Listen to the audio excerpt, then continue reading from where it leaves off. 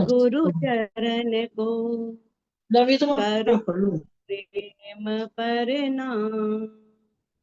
अशुभ हरन मंगल करन धनि श्री देव चंद्र जी नाम।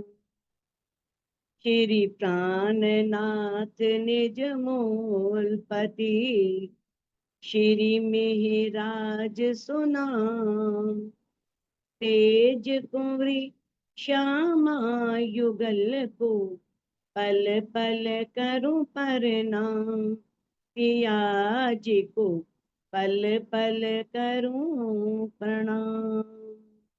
प्रणाम सुंदर साथ जी, प्रणाम।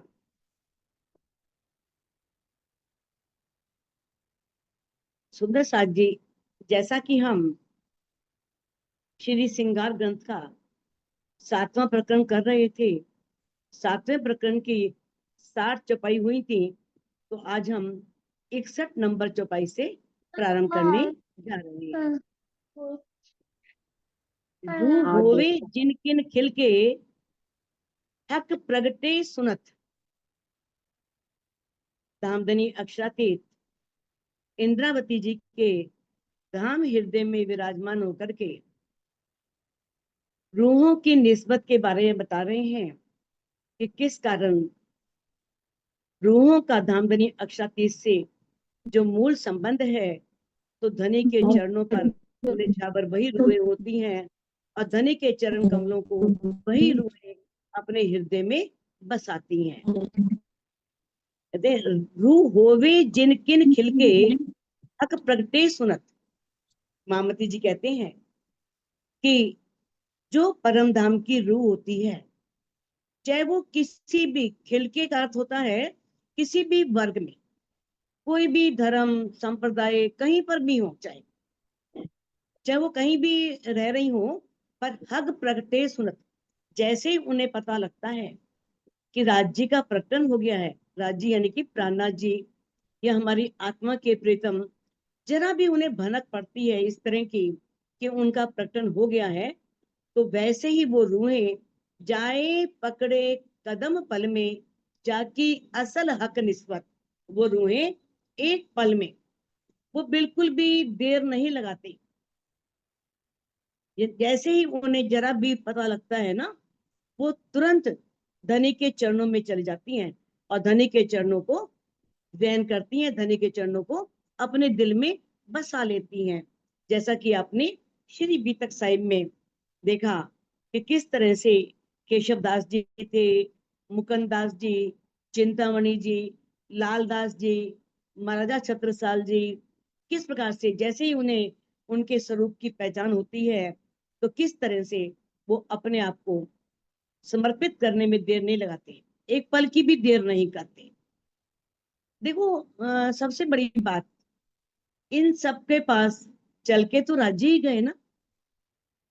इनको क्या मालूम था, लालदास जी तो लक्ष्मण दास सेठ बने थे, बैठे थे, भागवत की चर्चा करते थे और अपने आप को बहुत बड़ा विद्वान और बड़ा ज्ञानी मानते थे, है ना। बाद में जैसे उनके माली ने पूछा उनसे, थोड़े से एक दो प्रश्न पूछे, तो वो जवाब नहीं दे पाए। तो उन्हें लगा कि देखो मेरा माली मेरे से अधिक जानता है और मुझे कोई जानकारी ही नहीं है इसके बारे में। तो कहने का भाव यह है कि अगर हमारे दिल में जरा भी भाव आता है, तो जो धामधनी है वो तो पहले ही तैयार खड़े हैं, कोई ना कोई कारज कारण बनाते हैं और उस रूह को अपने पास बुला लेते हैं या उस रूह के पास पहुंच जाते हैं। तो किस तरह से जो बताया है कि जो परम धाम की रूह होगी ना, वो एक शब्द सुनते ही, एक लवा होसी टूक टूक, वो एक शब्द सुनते ही अपने आप को समर्पित कर देगी। किस पर? अपने धाम धनी पर। वो उनके चरणों को तुरंत अपने अंदर ग्रहण कर लेगी। जब आखिर हक जाहिर सुने तब खिन में रूहें दौड़त। आखिर का मतलब है क्यामत के समय। अभी क्यामत का समय नहीं आया, लेकिन क्यामत का समय यही समय है। कभी भी क्यामत हो सकती है।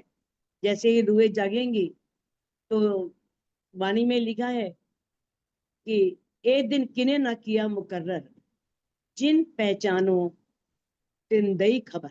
तिन पहचानो जिन दई खबर, कि ये दिन निश्चित नहीं है, बस उसे पहचानो जिसने हमें ये सब ज्ञान दिया है, ये सब खबर दी है, जानकारी दी है। हमें उस धाम धनी की पहचान करनी है, ये उसके हाथ में है, जब ले जाए। हमें क्या है, अगर रूह जाग गई है तो यहीं बैठे परम धाम की सुख ले रही है, उसको कोई जल्दी नहीं है फिर तो कहने का भाव ये है कि जब वो आखिर हक जाहिर सुने, जब उसने ये सुना कि हक जाहिर हो गई हैं, तब खिन में रूहें दौड़त। तो रूहें एक पल में दौड़ती हैं। सुंदर सा जी, ये रूह की निशानी है। हमें तो पता लगे हुए कितने साल हो गए कि राजी प्रकट हो गए हैं। जिस दिन तारतम लिया था उसी दिन पता लग गया था। ने नाम श्री जी साहेब जी अनादि अचरातीत, सो तो अब जाहिर भय सब विद वतन सहित। भाई वो अपने परम धाम की सारी न्यामतें लेकर के यहाँ प्रकट हो गए हैं। तो ये खबर तो हमें कब की मिल चुकी है, कब की पता लग गई। अब ये देखो कि हम दौड़े कितना है, कितनी हमने दौड़ लगाई है धनी को पाने के लिए। दौड़ तो बहुत दूर की बात है, शायद हमने कुछ तेज कदम भी नहीं रखे, बहुत धीमे कदम से, बहुत धीमी हमारी गति चल रही है। और यहाँ पर लिखा है कि जो रूह होती है ना, जब उसे पता लग जाए कि मेरी आत्मा के प्रीतम प्रकट हो गए हैं, तो वो एक पल लगाती है, पल में वो दौड़ लेती है। कहती है सो क्यों रहे कदम पकड़े बिना, जाकी असल हक निस्बत। जो परम धाम की ब्रह्म सृष्टि है, जिसका उस पूर्ण ब्रह्म परमात्मा अक्षरातीत से मूल संबंध है, वो रूह कभी भी धनी के चरण पकड़े बिना रह नहीं सकती। चरण पकड़ने का भाव तो आप समझते ही हैं, है ना। चरण पकड़ने का भाव यही नहीं है कि हर समय चरण पकड़े रहना। हम मूल मिलावे में बैठे हैं, राज्य के कदमों में बैठे हैं, क्या हमने उनके चरणों को पकड़ रखा है? लेकिन कहते हैं राज्य रूहें राज्य के चरणों में बैठी हैं, है ना। तो चरण पकड़ने का भाव यह है कि उनकी पहचान करके उन पर समर्पित हो जाना, उन्हें अपने दिल में बसा लेना। जब इमाम आए सुने, तब मोमिन रह ना सकत। तो देखो ये शब्दों का फर्क है। मोमिन और रूह, और ब्रह्म सृष्टि कहो, ब्रह्म मुनि कहो, मोमिन कह दो, रूह कह दो, सब शब्द एक हैं। सिर्फ फर्क है, उम्मत भी बोल देते हैं। लेकिन यहाँ पर है इमाम, इमाम मेहंदी। कौन सी सूरत? हकी सूरत, वो आखिरी सूरत, बसरी सूरत, मलकी सूरत, हकी सूरत। बसरी सूरत मोहम्मद साहब, मलकी सूरत धनीशी देवचंद जी, हकी सूरत प्राणनाथ जी, और उन्हीं को इमाम मेहंदी कहा गया। तो इमाम मेहंदी आ गए हैं, ये सुन करके मोमिन रह नहीं सकते। मोमिन जब ये जान लेते हैं कि इमाम मेहंदी आ गए हैं, तो वो इमाम मेहंदी को पाने के लिए अपने दौड़ लगाते हैं और उन्हें दौड़ करके उनके चरण पकड़ लेते हैं। दौड़ के कदम पकड़े, वो दौड़ करके कदमों को पकड़ लेते हैं। कहने का भाव यह है माया के बंधनों को तोड़ देते हैं। माया के बंधनों को तोड़ना ही धनी के चरणों को पकड़ना है, यही उसका अर्थ है। जब हम मोह, ममता, तृष्णा, इन सब को छोड़ करके, इन सब माया के बंधनों को छोड़ करके धनी पर निछावर हो जाते हैं, तो वही धनी के चरण पकड़ने हैं। दौड़ के कदम पकड़े, जाकी असल हक निस्बत, क्योंकि उनका धाम धनी से, परम धाम से ही मूल संबंध है, अनादि काल से संबंध है। इसलिए वो दौड़ करके धनी के चरणों को पकड़ते हैं। कौन? मौमी। मलकूत बैकुंठ वास्ते दुनी पहाड़ से गिरत। मलकूत बैकुंठ एक ही बात है, दोनों ही, दोनों का अर्थ एक ही है। मलकूत को ही बैकुंठ कहते हैं। तो कहते हैं, मामती जी कह रहे हैं कि इस ब्रह्मांड के लोग मलकूत और बैकुंठ की प्राप्ति करने के लिए, यानी कि दोनों क्यों दे दिया, क्योंकि कोई मलकूत जानता है, कोई बैकुंठ जानता है, अर्थ दोनों का एक ही है। तो वो दोनों शब्दों से समझ ले कि किस तरह से बैकुंठ की प्राप्ति के लिए दुनिया वाले क्या करते हैं। ऊंची पहाड़ से नीचे छलांग लगाते हैं। कहने का भाव यह है, उन्हें ऐसा लगता है कि जब हम पर्वत की ऊंचाई से गिरेंगे, ऐसी अंध परंपरा है, अंधविश्वास है, ये मान्यता है उनकी कि ये तो बैकुंठ की प्राप्ति होगी। और किस तरह से अपनी उस अंध परंपरा के कारण से वो पहाड़ से ऊपर से ऊंचाई से नीचे छलांग लगाते हैं, नीचे कूद जाते हैं। तो रूहें हक कदम क्यों छोड़ रही, जाकि असल हक निस्बत। जब दुनिया के लोग ऐसा करते हैं, वे बैकुंठ की प्राप्ति के लिए वो पहाड़ से ऊपर से कूद जाते हैं, अपनी प्राण दे देते हैं सिर्फ बैकुंठ को प्राप्त करने के लिए। तो जो पूर्ण ब्रह्म परमात्मा की ब्रह्मात्माएं हैं, तो ब्रह्मात्माएं जिनका उनसे अखंड संबंध है, वो उनके चरणों को कैसे छोड़ सकती हैं। मलकुत बैकुंठ वास्ते तुनी सिर लेत करबत। अब कहते हैं कि कि जो जीव सृष्टि है या इस दुनिया के लोग हैं, ब्रह्मांड के लोग हैं, मामती जी कह रहे हैं कि मलकूत और बैकुंठ की, यानी कि बैकुंठ की प्राप्ति के लिए यहाँ के लोग क्या करते हैं, काशी जाते हैं और काशी में जाकर के अपने शरीर को आरे से कटवाते हैं। यानी कि ये रूढ़िवादी लोगों की मान्यता है, थी, अब नहीं है, पहले थी, कि काशी में अगर हम अपने शरीर को आरे से चिरवाते हैं, कटवाते हैं, तो बैकुंठ की प्राप्ति होती है। तो किस तरह से उन लोगों ने कैसी मानसिकता रखी और उन पंडों ने किस प्रकार से अपने शरीर को भी कटवा दिया। और लेकिन ये जो प्रथा थी ना, अपने शरीर को कटवाने की, ये शाहजहां के समय में समाप्त हो गई थी, उससे पहले थी। तो इस प्रकार से जो वेदों में ज्ञान दिया गया है, वो वेदों का ज्ञान लोप हो गया, और जो पौराणिक लोग थे और उनके मत मतांतरों का बोलबाला हो गया। तो उन्होंने जैसा चाहा वैसा हिंदुओं को नचाया और खूब लाभ उठाया उससे। तो इस तरह से हिंदू जो हिंदू के जो जनमानस है, या जो ये जो लोग हैं यहाँ के इस ब्रह्मांड के, वो ये नहीं जानते कि वेदों में लिखा है, हर जगह लिखा है, ऋते ज्ञानात न मुक्ति। क्या शरीर को आरे से कटवाने से कभी वैकुंठ की प्राप्ति हो सकती है? जबकि लिखा है ज्ञान से ही मुक्ति प्राप्त होती है, बिना ज्ञान के मुक्ति प्राप्त नहीं हो सकती। तो ये अंधविश्वास है कि किस प्रकार से लोग अंधी परंपराओं का अनुसरण करते हैं और किस तरह से ऐसे आसुरी, आसुरी मैंने राक्षसी कर्म करते हैं, नीच कर्म करते हैं। यानी कि भैरव देवता को खुश करने के लिए पहाड़ की चोटी से छलांग लगाते हैं, और भगवान विष्णु और शिव जी को खुश करने के लिए आरे से शरीर को कटवाया करते थे। तो ये तामसिक कर्म है। यानी कि देवी को खुश करने के लिए क्या करते थे, अपनी जीवा को कटवा दिया और उसे भी देवी पर चढ़ा दिया। तो ऐसी ये पौराणिक रूढ़िवादी परंपराएं थी। अब वेद हैं, उपनिषद हैं, दर्शन ग्रंथ हैं, तो वहां पर भी इस प्रकार के कृत्यों का कहीं भी उल्लेख नहीं है, कहीं भी नहीं कहा गया कि ऐसा करने से परमात्मा की प्राप्ति होती है, शिव जी की प्राप्ति होती है, या भैरव देवता की प्राप्ति होती है। ऐसा कहीं भी किसी ग्रंथ में नहीं लिखा।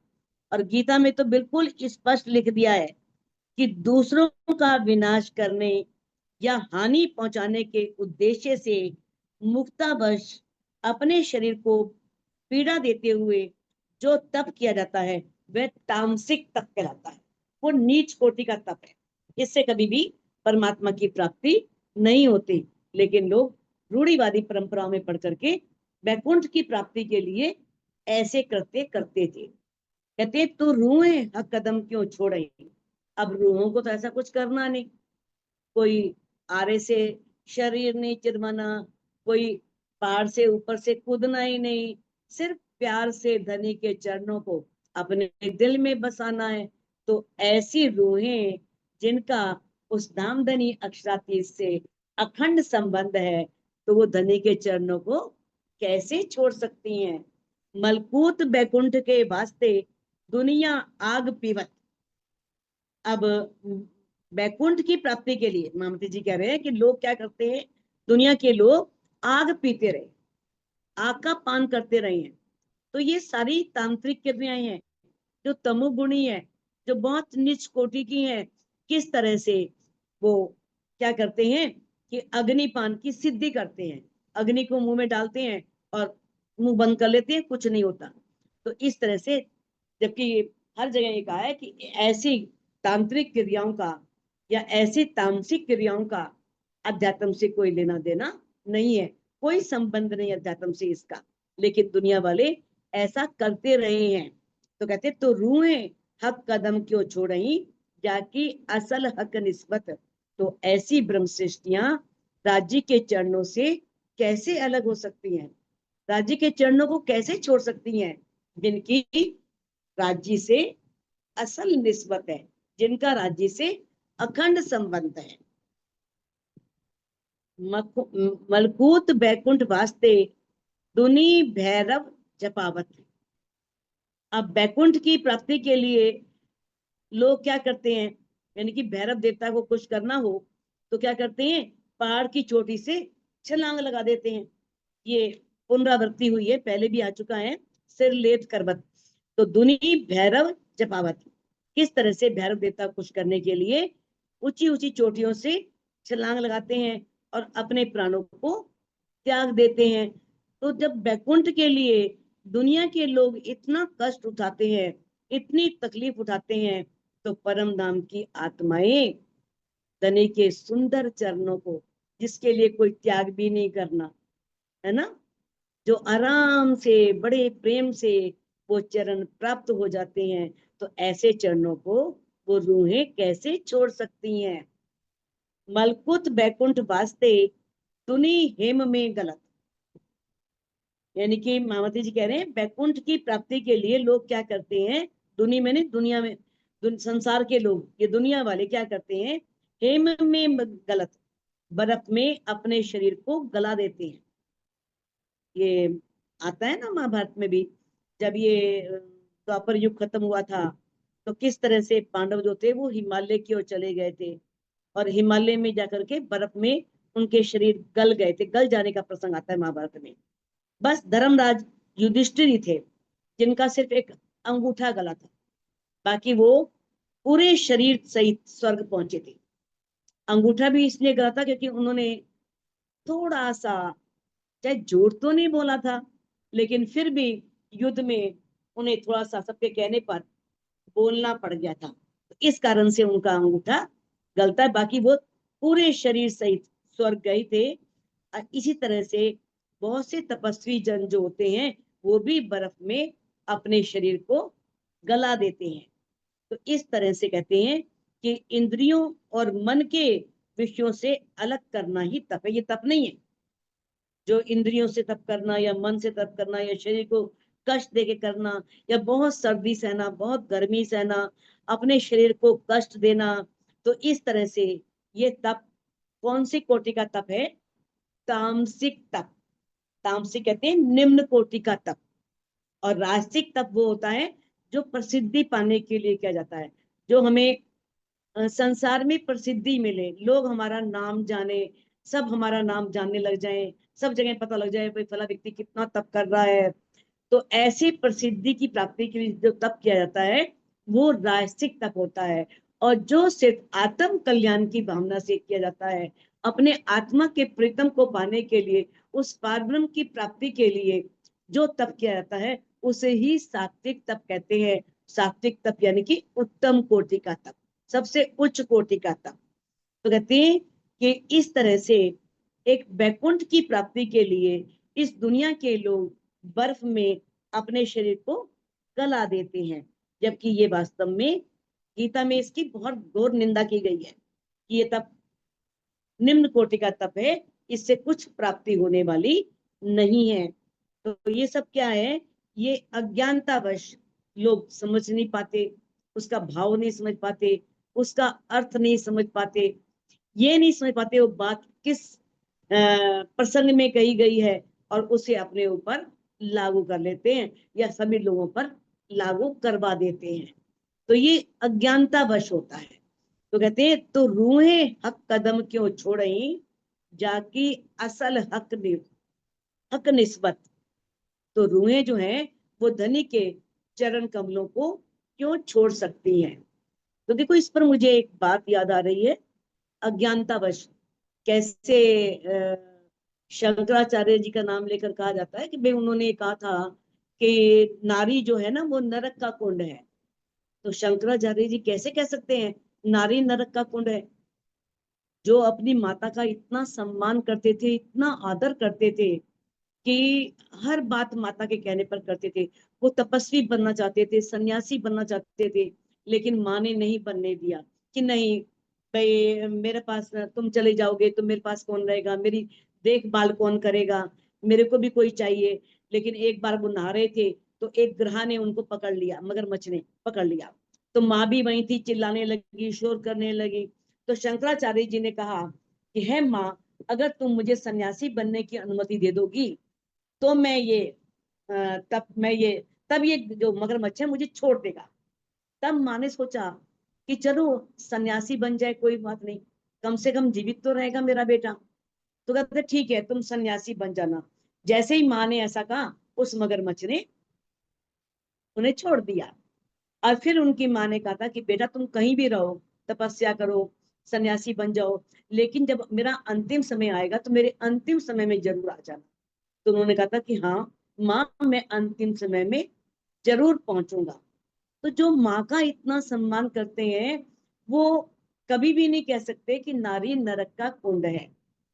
प्रसंग नहीं समझा कि वो किस लिए कहा था। वो कहा था कि जो विषय वासनाओं में डूबी हुई नारी है वो नरक का कुंड है। क्योंकि वो अगर मान लो कोई सन्यासी है और उसकी पत्नी है वो भोग विलास में और वासनाओं से लिप्त है, तो वो उसे उधर लगने नहीं देगी। तो वो प्रसंग के हिसाब से बात कही जाती है, समझते नहीं है। तो अज्ञानतावश अपने हिसाब से उसका अर्थ लेकर के सब पर लागू कर देते हैं। तो कहते हैं तो जो बैकुंठ को पाने के लिए लोग इतना बड़ा बड़ा त्याग कर सकते हैं, इतने कष्ट उठा सकते हैं, तो जो परम धाम की रहने वाली ब्रह्मात्माएं हैं वो अपने पारब्रह्म की प्राप्ति के लिए प्राप्ति करके उन कदमों को कैसे छोड़ सकती हैं। कहते हैं जिनकी उनसे मूल निस्बत है।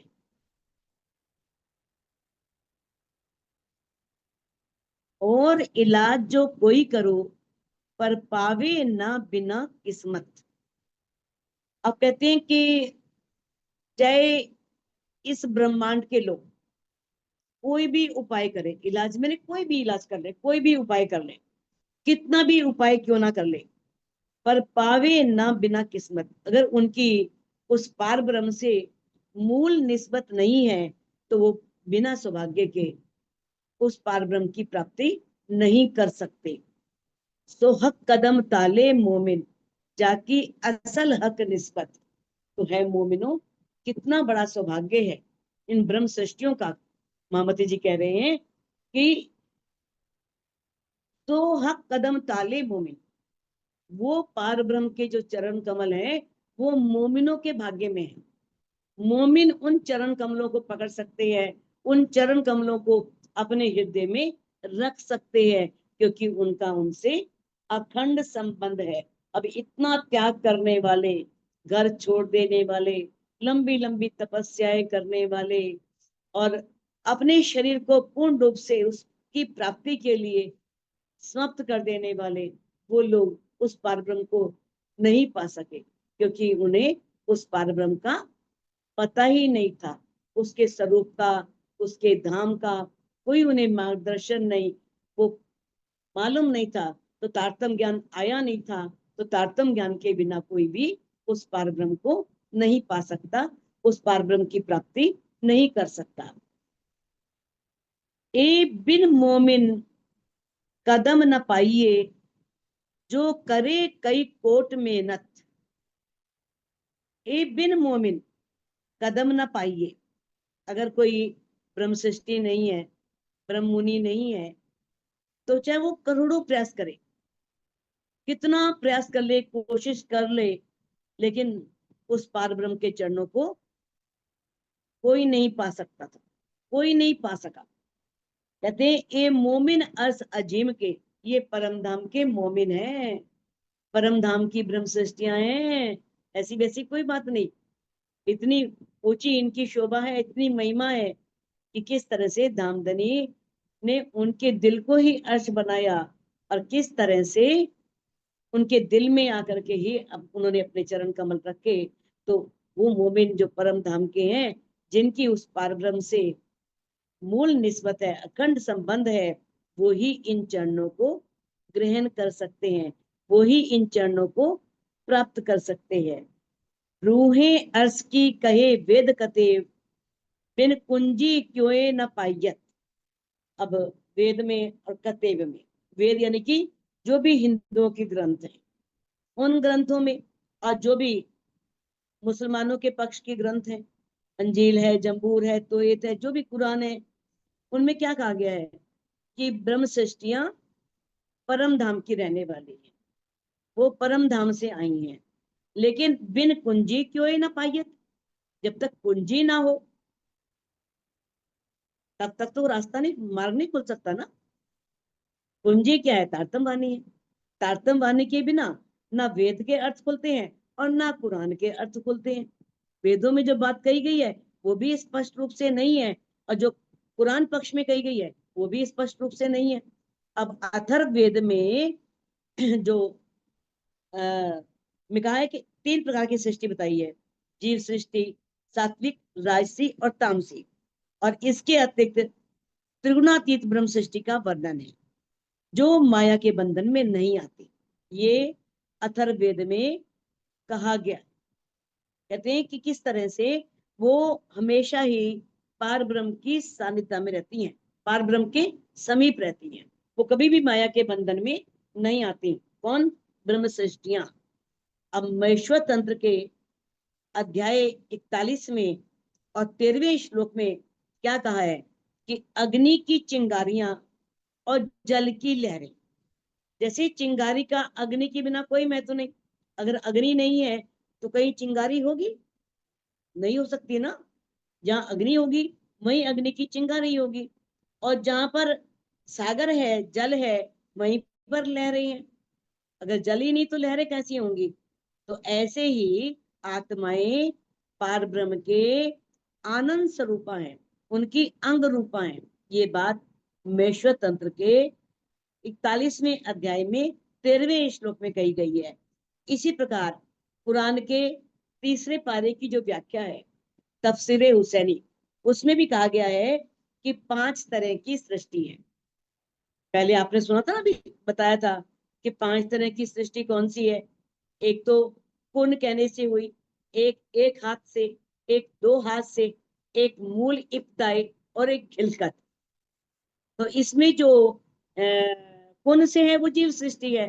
एक हाथ से मोहम्मद साहब ने जो जिनको ज्ञान दिया और जिन्हें पता लगा वो उम्मत है, और 2 हाथ से जिसमें धनीश्वर देवचंद जी और मीरराज जी के तन से धामधनी अक्षरातीत ने युगल स्वरूप ने जो लीला की, ये 2 हाथ से है। और जो मूल इब्ताई से है वो परम धाम यानी कि ब्रह्म सृष्टि, और खिलकत उसके पड़ोस में रहने वाली योग माया के ब्रह्मांड में रहने वाली ईश्वरी सृष्टि से है। तो इसमें बताया है कि ये जो बातें थी खुली नहीं थी, लिखा तो जरूर है, तफसीरे हुसैनी में लिख दिया, मेश्वर तंत्र में लिख दिया, लेकिन उनके अर्थ नहीं पता थे, वो जानते नहीं थे। और इसीलिए कहा गया है कि जो मूल इब्तदाई की सृष्टि है वो ही ब्रह्म सृष्टि है। तो वहां पर भी इसका जिक्र है ब्रह्म सृष्टि का। सो रूह अल्लाह बेशक करी, लेकिन श्यामा महारानी जब ये तारतम वाणी लेकर के आई, ये ब्रह्म वाणी लेकर के आई, तो सबके शक मिटा दिए, सबको शक से रहित कर दिया, सबके संदेह मिटा दिए, जाकि असल हक निस्बत, क्योंकि उनकी दामदनी अक्षरातीत से मूल निस्बत है, उनका अखंड संबंध है। हक कदम दिल मोमिन देख देख रूह भीजत। अब जो दामदनी की ही अंग रूपा है, जो ब्रह्म सृष्टियां हैं, ब्रह्म मुनि है, उनके दिल को ही राजी ने अर्श बनाया है, उनके दिल में ही धनी ने अपने कदम रखे हैं। और रूहें क्या हैं? देख देख रूह भीजत, और उन चरण कमलों को देख करके रूहें उसमें भीगी रहती हैं, आनंद में डूबी रहती, वो अपने ही आनंद में मस्त है, क्योंकि धामधनी अक्षरातीत के चरण कमल उनके हृदय में है, और उन चरण कमलों की मस्ती में वो हर समय रहती हैं। कहते हैं एक पाँव पल ना छोड़ही जाकी असल हक निस्बत। पाँव पल जानते हो ना? एक पल, एक पल कहते हैं एक क्षण को, और पाव कहते हैं उसका चौथाई हिस्सा, एक पल का भी चौथाई हिस्सा। इतने समय के लिए भी वो रूहें धनी के चरण कमलों को नहीं छोड़ती, क्योंकि उनकी उन धनी से अखंड निस्बत है, उनका मूल संबंध है। एक कदम रूहें दिल लेके दे जूठी उड़ावत। अब जो परम धाम की रूहें होती हैं, वो धनी के चरण कमलों को अपने हृदय में बसा करके, अपने दिल में बसा करके इस देह की चिंता नहीं करती। जैसे इंद्रावती जी ने की, कहती है ना कि मैं आग देऊं तिन सुख को, जो आड़ा करे जाते धाम, मैं पिंड न देखूं ब्रह्मांड, मेरे हृदय बसे श्यामा श्याम। कि मैं उन सुखों को आग लगाती हूँ जो मेरे धाम जाने में रुकावट डालते हैं। कहते मैं ना तो अपने शरीर को देखती हूँ, ना ब्रह्मांड को देखती हूँ, क्योंकि मेरे हृदय में कौन बसे हैं? युगल स्वरूप बस गए हैं, मुझे वो युगल युगल स्वरूप की दिखते हैं। उन्होंने कह दिया कि मैं पिंड न देखूं ब्रह्मांड, इस तरह से लागी वाली कछु और न देखे, पिंड ब्रह्मांड बाको हैरी नहीं, वो तो खेले प्रेमे पार पियासो, देखन कोतन सागर माई। जिसे लगी होती है ना, जो धनी के प्रेम में डूबी होती है, जो उसकी मस्ती में होती है, उसे कुछ सोचता ही नहीं है। उसके लिए ना शरीर है ना ब्रह्मांड है, वो ब्रह्मांड की चिंता भी नहीं करती, लोक लाज मर्यादा की कोई चिंता नहीं करती, शरीर की चिंता नहीं करती। धनी श्री देवचंद जी ने की थी, किस तरह से बुखार हो गया, जर्जर हो गए, पिता मना कर रहे हैं, माता मना कर रही है, बाहर नहीं निकलने दे रहे हैं, और उन्होंने कहा कि अगर शरीर रहेगा तभी धर्म कर पाओगे। तो क्या बोले थे कि धर्म राखे देह है, ये देह धर्म के लिए है, धर्म नहीं तो ये देह भी नहीं। भाई जो मेरा नियम है मुझे पूरा करना ही है, नहीं तो इस शरीर का क्या फायदा। तो किस तरह से जिसे उन्हें लगी हुई थी ना, तो जिसे लगी होती है उसे कुछ नहीं सूझता, उसके लिए फिर शरीर और ब्रह्मांड कुछ नहीं होता। किस तरह से माता पिता को भी इतने निर्मम शब्द बोल दिए, क्यों? ऐसा नहीं कि वो दिल से ऐसे थे, लेकिन उन्हें लग रहा था कि मुझे जाने नहीं दे रहे, मुझे जाना है, और ये रुकावट बन रहे हैं। तो इस गुस्से में आकर के उन्होंने कहा था कि है अंधो, मैं मरने का नहीं है, मूर्खों मैं मरने का नहीं, मैं मरने नहीं वाला। तो किस तरह से कहा था उन्होंने? तो कहते हैं कि जिसे लगी होती है ना, वो अपनी इस झूठी, ये दूध दे तो झूठी है, इसने कब साथ देना है, ये तो एकदम जैसे ही जेब निकलेगा और दे तो उसी समय खत्म हो जाएगी। तो वो इस झूठी देह की परवाह नहीं करते जब धनी के चरण उनके हृदय में आ जाते हैं। कोई दिन रखे वास्ते लज्जत, अगर वो शरीर रहता भी है ना, किस लिए? ताकि वो परम धाम की लज्जत ले सके, वो राज्य के सुखों की लज्जत ले सके। तो वो रूह ही यहाँ बैठ करके लज्जत लेती है, जो रहनी में आ गई हो, जो फैल से हाल में आ गई हो। जो फैल से हाल में आ जाती है ना, वो रूह परम धाम का और उस पार ब्रह्म के सभी सुखों का आनंद लेती है। इस ब्रह्मांड में बैठकर ही वो सारी लज्जत लेती है। तो कोई दिन रखे वास्ते लज्जत, अगर उसका शरीर रह भी रहा है ना, वो भी किस लिए? एक तो जो परमहंस हैं, ब्रह्ममुनि हैं, राज्य को देखने के बाद भी तन तो उनके रहते हैं ना, किस लिए? ताकि वो चितवनी में बैठ करके परम धाम की सुख भी ले, और फिर बाकी जो रूहें रह गई हैं और अपना परम धाम में किया हुआ कौल भी निभा ले। क्योंकि वायदा किया था, तू भूले तो मैं जगाऊंगी, मैं भूलूं तो तू जगा देना, ताकि उस वायदे को भी निभा सके। तो इसलिए वो लज्जत लेने के लिए अपने तन को रखती हैं, जाकी असल हक निस्बत, जिनकी पार ब्रह्म से असल निस्बत है। वो रूहें कभी भी पार ब्रह्म के चरणों को नहीं छोड़ती। मोमिन आए अरस से, तूनी क्या जाने एकत। जो मोमिन परम धाम से आए हैं वही जानते हैं, जो इस माया के खेल में आए हैं वो सारे इस गत को जानते हैं। गत मैंने इस बात को, इस रहस्य को, इस गुज बात को। बाकी लोग नहीं जान पाते, संसार के लोग वही जानते हैं। क्योंकि और जो ब्रह्ममुनि है वो जान लेते हैं, दुनिया के लोग नहीं जान पाते। क्योंकि एक कदम ताले ब्रह्म श्रेष्ठ के, क्योंकि ये जो धाम धनी अक्षरातीत के चरण कमल है, ये ब्रह्म सृष्टियों के भाग्य में लिखे हैं।